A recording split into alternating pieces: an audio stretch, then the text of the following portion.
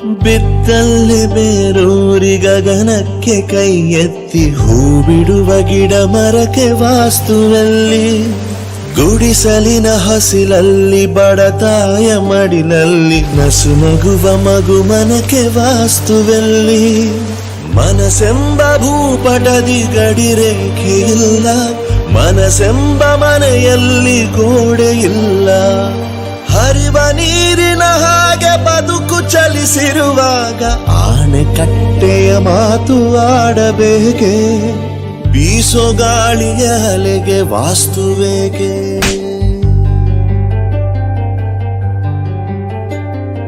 ಬಿತ್ತಲ್ಲೇ ಬೇರೂರಿ ಗಗನಕ್ಕೆ ಕೈ ಎತ್ತಿ ಹೂ ಬಿಡುವ ಗಿಡ ಮರಕ್ಕೆ ವಾಸ್ತುವಲ್ಲಿ.